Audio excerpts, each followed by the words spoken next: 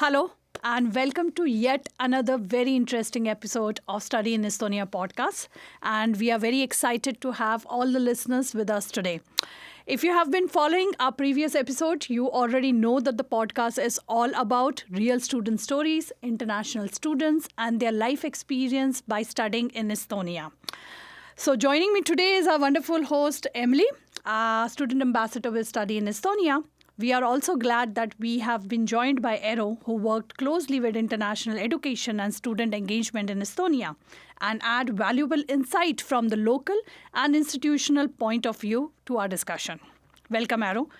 What makes today's episode is very interesting because we have a very special guest who has flown or fly down and just landed in Estonia, Simone, president of Erasmus Student Network, a student-led organization supporting international students across more than 40 countries. I love ESN. Before we hear from our guests, Pooja, Simone is actually visiting Estonia while we record this episode, which is making this episode even more relevant because over the years, Estonia has become a favorite study destination for international students because of its strong and accessible education system, English taught programs, digital learning environment, and the high quality of student life.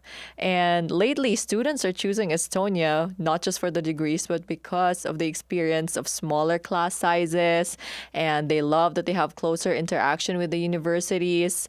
They love the safe city, of course, and the opportunity to be part of an international yet close-knit student community. So true. So in this conversation, we're so excited to talk about that, the student mobility, the Erasmus experience, and what truly makes destinations like Estonia an attractive place for students to study.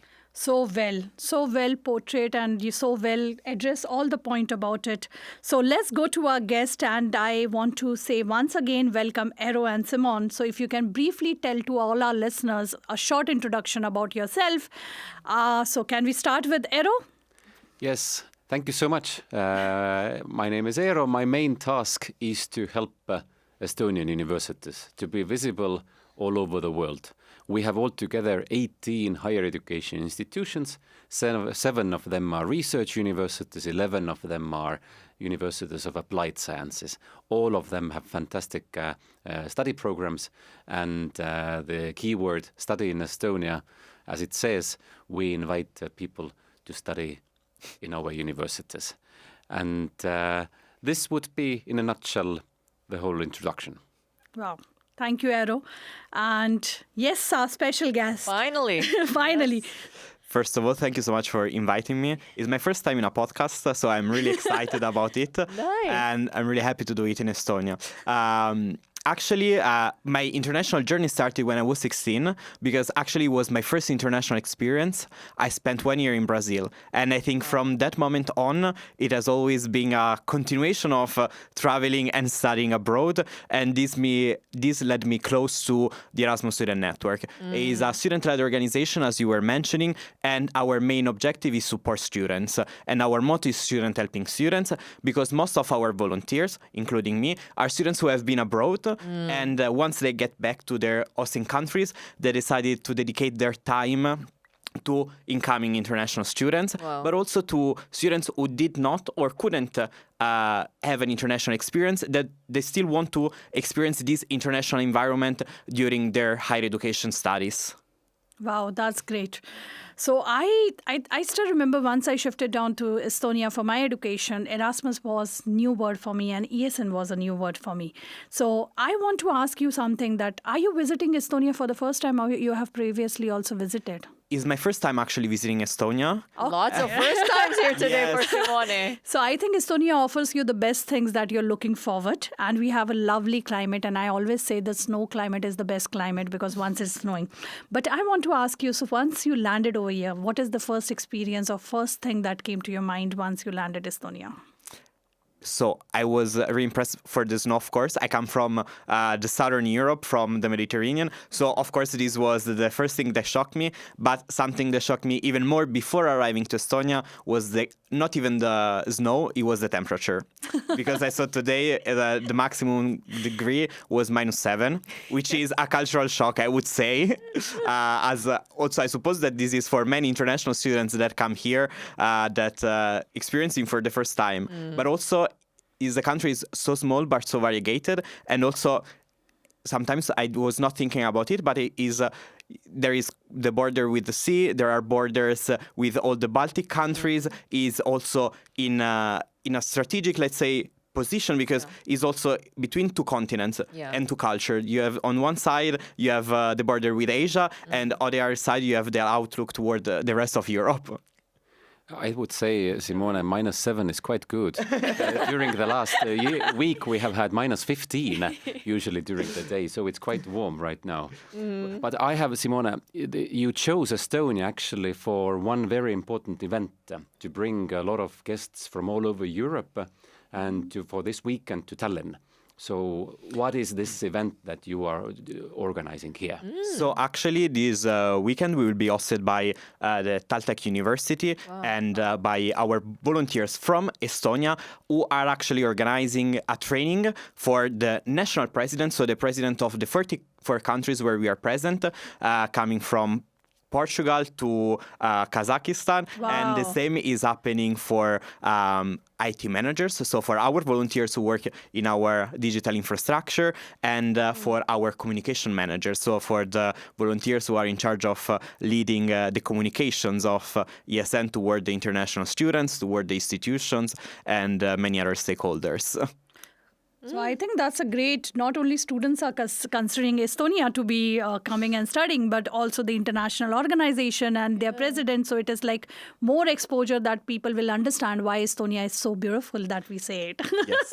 And I have to say that also this event is for many students that are also volunteers of our network to find about Estonia as a mobility or a study destination. So I think that on one side, of course, we will do our trainings and we'll have our moments, but at the same time we'll have the chance to experience the life of Estonia, and something that I love always when I'm traveling to visit university, because I think that they reflect the real student life, but also the society of the country. So I'm really also looking forward to see how classes are in Estonia.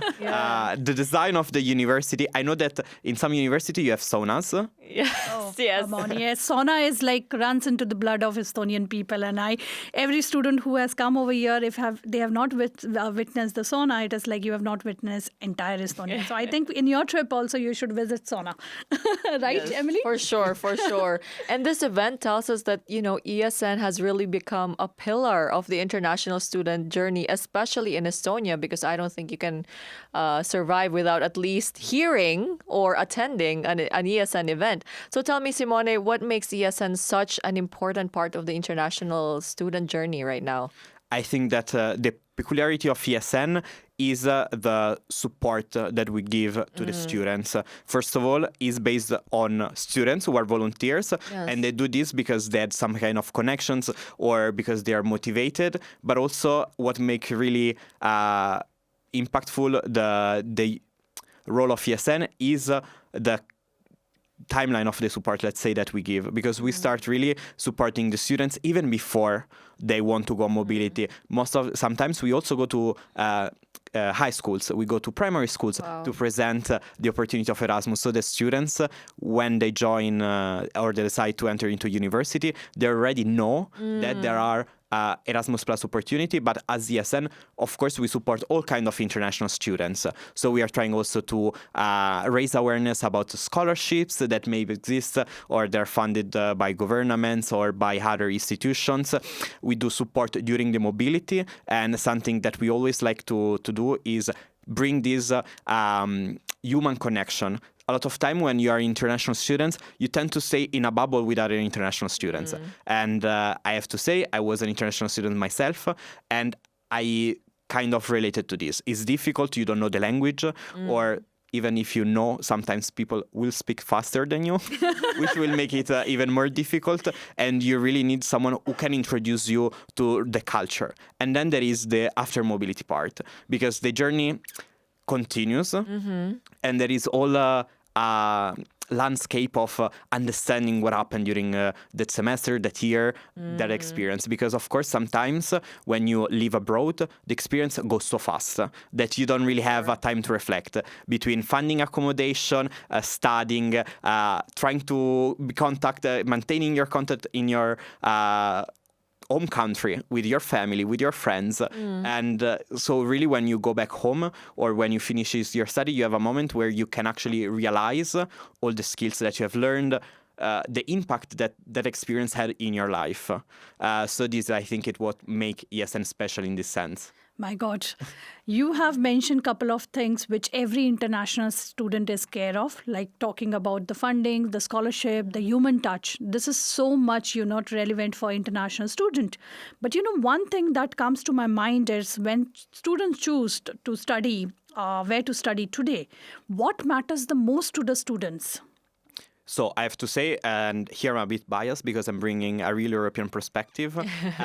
I would say that first is the cost of accommodations, which has been really raising in most of the countries. And for example, something that we are trying to do is also inform students about this when they decide to go abroad, to take this in consideration as a criteria, and also to value going not necessarily to the capital cities, because, and you were mentioning this at the beginning, and it's also a peculiarity of Estonia, is a lot of time, smaller context can be a lot more better. Be good, yes. Yes, because it's easier, for example, to find this human touch that we were mentioning. At the same time, it's easier to maybe connect with all the services that the university provides. Housing normally tend to cost less. Right now, for international students, especially coming from non-EU countries, is visa.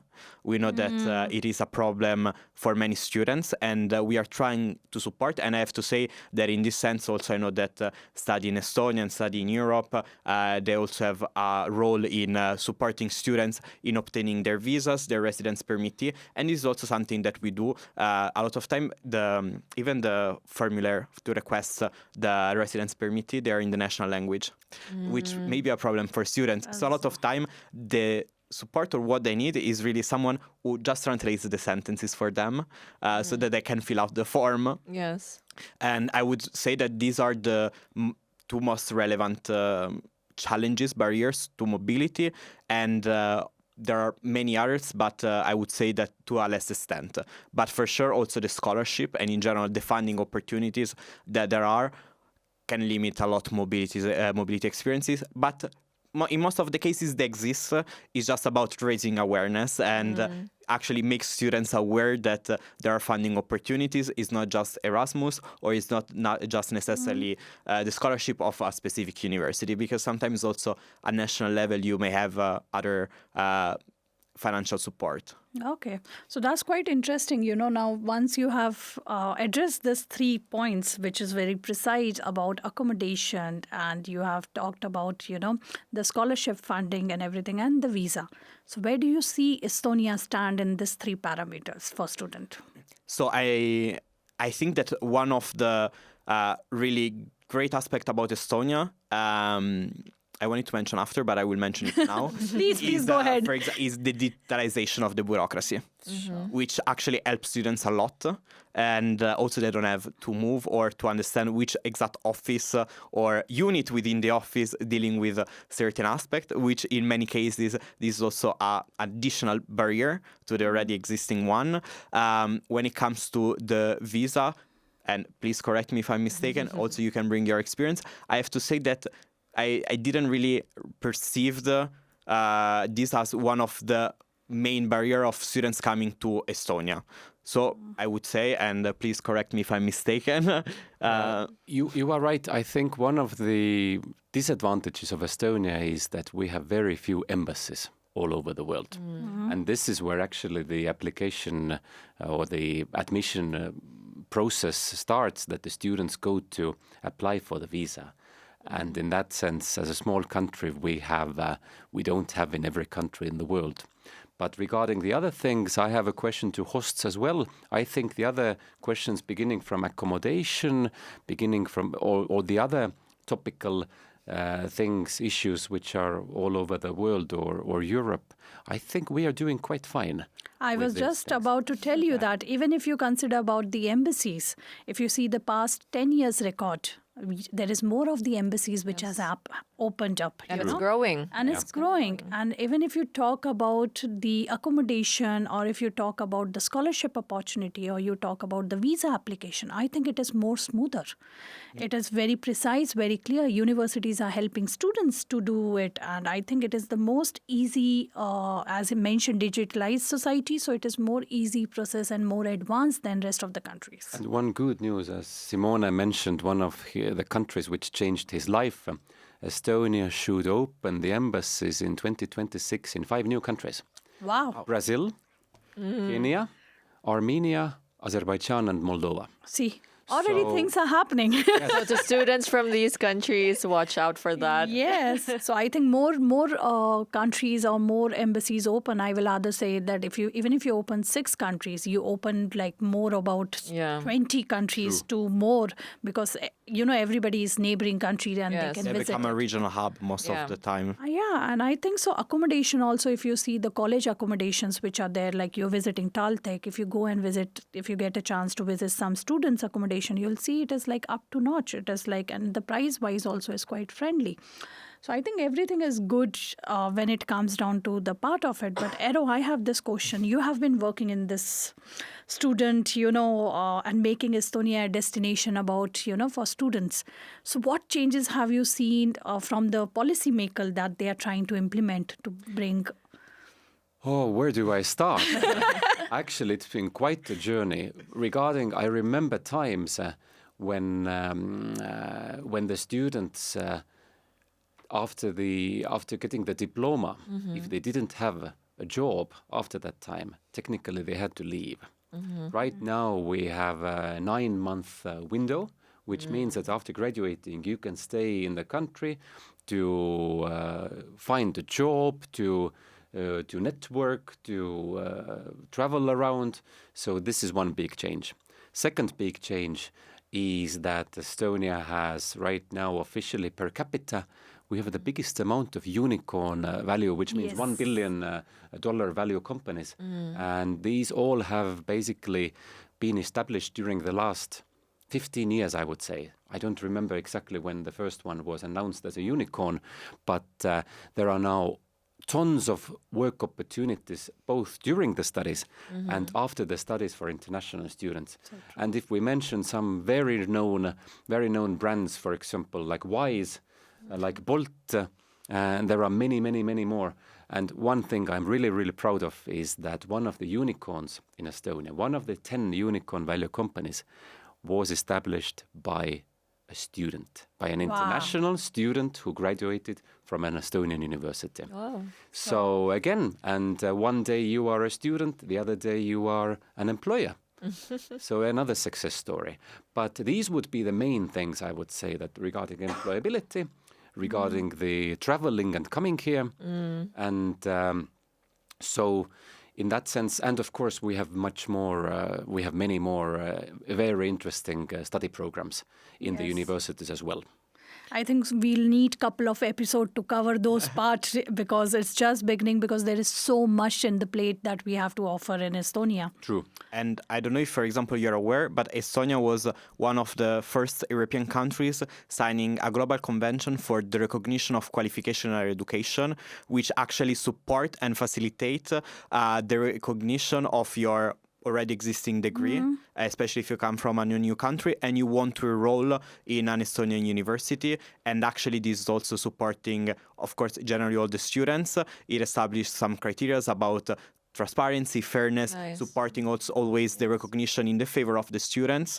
And for example, also for students who are coming from a crisis background, there is a compromise of also not having costs for the processes of getting your degree recognized.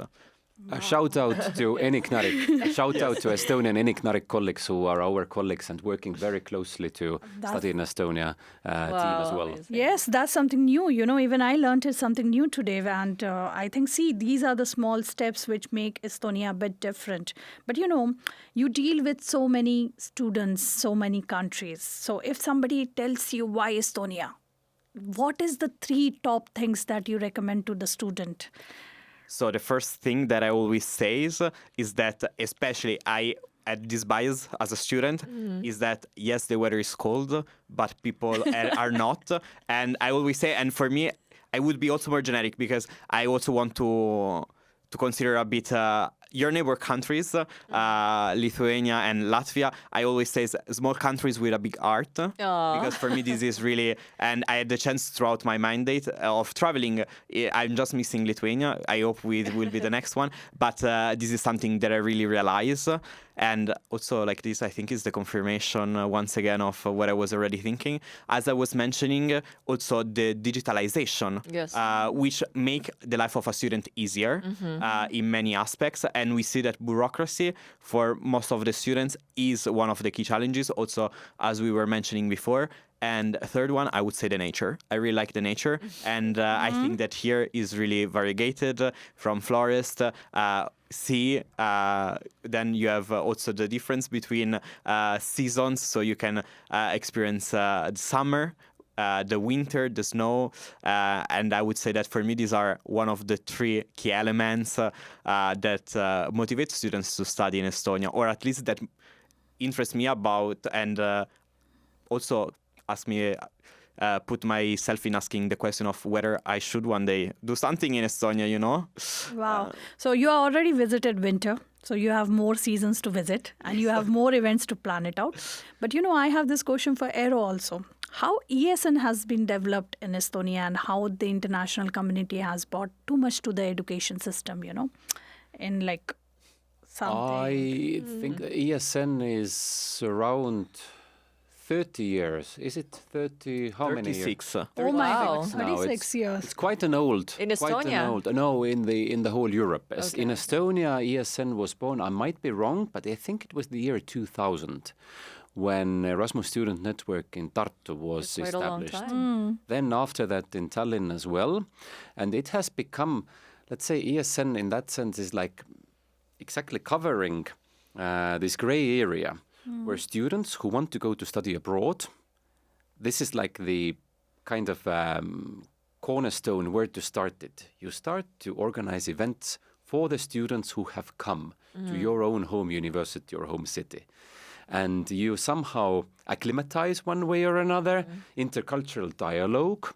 You organize events, you become, let's say, more confident, whatever you do, and then it's easier to go. And then it's the other way around as well, which happened with me. It was more than 20 years ago. I did my Erasmus exchange for a year. And when I came back, I got an email from the university saying like, all right, you have been studying abroad. What about you coming to organize now events and to do things and some kind of a movie night, quiz nights, traveling inside Estonia, weekends for students, tandem cafes for language learning. What if you come and help the students who have arrived here? And then this is the way how I joined ESN a long time ago. And it was a very interesting journey for me to develop the organization, but also to get contacts that last for the whole life. And that's in line with what Simone was talking about earlier, where ESN helps students and eventually these students want to help other international students. And you've built a really nice way of continuity in the organization here where, the volunteer structure is really enticing in that way. What makes, from your observation, what makes students do that aside from they've received help and they want to volunteer again, but maybe there are other stories you can share that make them, really active in the organization? I would say, first of all, is what we were mentioning, but also I also speak as a volunteer myself, is because I like hearing the stories and of international students. I like to live the life with them. And I have to say that sometimes it's really hard because most of the students, they stay 1 year, 6 months. So it's a continuous cycle and you get really attached. Yes. They become for really those 6 months, 1 year, or for their program, part of the family. And we have examples also of our volunteers, for example, in Portugal, in Italy, and maybe this we can plan also in Estonia in the future, that, for example, during Christmas, they decide with their families to host international students, especially because maybe students coming from new countries or some categories may decide not to go back home, or they cannot afford, or is not enough, so they welcome them in their houses. And for me, it's difficult to explain in words, but also the fact that, and yesterday I was having a call with volunteers, and and we had the discussion. I'm like, if a student get hurt, we will spend days in the hospital with them. And this is also what makes us special, because really we give all our heart. And we do it, we are no profit organization, we do it for volunteering purposes, and we do it because we really believe in this. We really believe in the value of international mobility. And of course, there is an economical value, there is the chances in the labor market, but the main core is always about people, about connecting them. And there is this sentence from actually a member of the former president of the European Parliament, who said that we found that Europe found the antidote against war. And I always say that I think that in that antidote, there is student mobility. That is really heartwarming. And as Simone said, it's hard to describe in words. So to the aspiring students here, if you want to feel that full feeling, come to Estonia and join ESN, I guess. I have one more comment. Let's say on a human based. This is what Simona explained super well. But now, with every decade, ESN has become much more important to help the institutions as well. For sure. Very important part for universities when it comes to keyword, let's say, students, let's say, well-being, or feeling engaged, feeling like having the sense of belonging, integrating. And now on top of that, I would mention that I would say one of the most important strategic partners of the European Commission as such, regarding the student mobility, student exchange, internationalization, education, is ESN. Yes, and actually this is, while you were speaking, I was reflecting on this, that for me, and I think that I can speak for most of our volunteers, ESN is a gym. There is no mistake that you can do that cannot be solved. I love the metaphor. And so I think it's a good experience for many people to start to build, even to develop their ideas, to understand what they like. For example, I did my thesis on student mobility in higher education, but before ESN, I didn't even know how the Erasmus program works. And it gives you really the chance sometimes also to find in situations that you would never imagine. Like I go to the European Parliament to speak about the student perspective on initiatives. I meet with the Commission, with ministries sometimes. And I think this is also, of course, this is not the reason why we do it, but at the same time, it gives you opportunities that you would not have in your normal academic pathway. And for me, this is also the added value of ESN, as every other student organization is really, and this, if you're coming to Estonia or you're coming to study abroad, I really incentivize you to join student initiatives, is also about exploring. Because a lot of time in the class, we just limit ourselves to the course, the content, the assignment, but we don't really necessarily have the chance to actually explore the topic, the areas that we like. Okay. If that does not convince you, I don't know what will. I think I want to be a student again. So true. But I have some interesting question, like coming down from student point of view, it's okay. But as you mentioned, you're coming to Estonia for the first time. What is the first thing that you Googled about Estonia? So it was the weather, I have to say. Okay. And also the map. Okay. Because I knew Tallinn and Tartu, but I didn't exactly know where they were positioned. And so it was interesting to see that are kind of on the other side of each other. And I have to say that this was the first thing to position. I also checked if they have euro, because actually a few weeks ago I've been to Hungary, which is part of the European Union but does not have euro. So I just wanted to double check before, but this is actually really bad of me. I should start to learn more about this information. But these were the two things that I checked. Yes. So now, once you have come here, you have to try more things. Like we have already spoken about the natures, the university, the classroom, the food, Sauna. the sauna. So if you've come to Estonia, live the life like the local Estonians live it. And, the best people who can tell you is the students, because, you will get two different vision of people who are like from different country, but they are staying it. And the students can explain you beautifully about Estonian life. But, you have been with ESN and you might be interacting with various students. So what are the students' experience of studying in Estonia? I have to say that I have really positive experience. Many of our volunteers in ESN in Estonia are international students. The current president of ESN Estonia is Italian. The former president was Spanish. The former president was again Italian. Maybe you're attracting a lot of Italians. Shout out to Tommaso, Mark, all the other lovely international students who are helping the life to become more engaging for international students. But I have to say that for them it was a really wonderful experience from the academic point of view and from the life perspective. I think that the level of integration that they managed to reach also within the Estonian society is not something that necessarily international students can have or can imagine to have. And you see this because you see that they don't go back home. They remain in Estonia after, and this really means that they created the connections, they created they found the atmospheres that allow them to stay, which is, again, also in this case, not always possible. And this is for sure something that as a student, we should take into consideration, of course. And we know that mobile students tend to also be mobile workers.